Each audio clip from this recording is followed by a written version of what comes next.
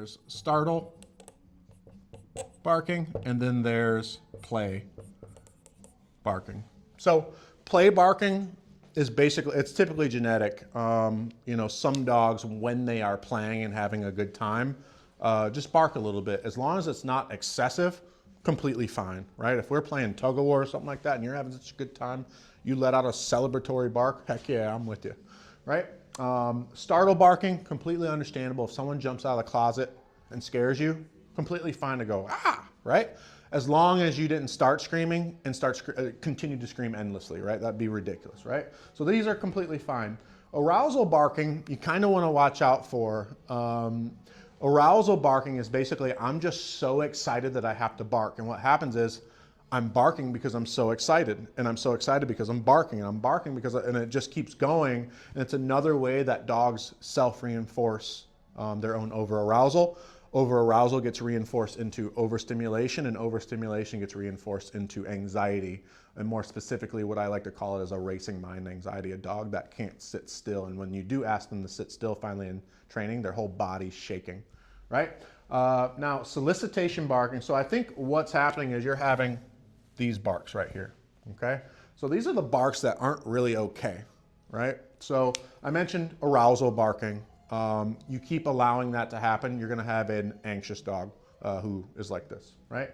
Solicitation barking, that's not okay because it's hard to have harmony in a relationship when you have a dog who's applying an audible aversive onto you until you do what you want it to do. And if you reinforce these things by looking at them, talking to them, and touching them, when they bark at you to do something, to just simply show them attention or get up or whatever, you're gonna have a dog who's constantly barking at you, and it's gonna be hard to relax in your own home. It's exhausting.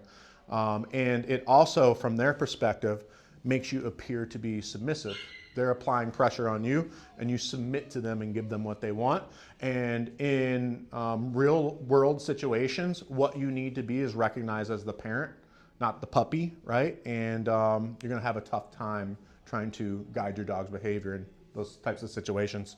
A lack of harmony in the house too. Defensive barking, right? So, you know, looking out of the window and barking at things that are walking by, I would have to kind of see it a little bit, but I'm almost certain that it is coming from a defensive place, or at least will turn into defensive. And the reason that you don't want that happening is basically defensive barking is self-reinforcing, right? So what happens is they see the mailman coming on the right, they start barking at him.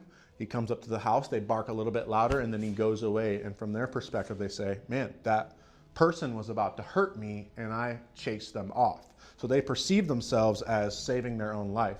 Well, where is this barking coming from? What is it connected to, state of mind-wise, right? It's connected to fight or flight.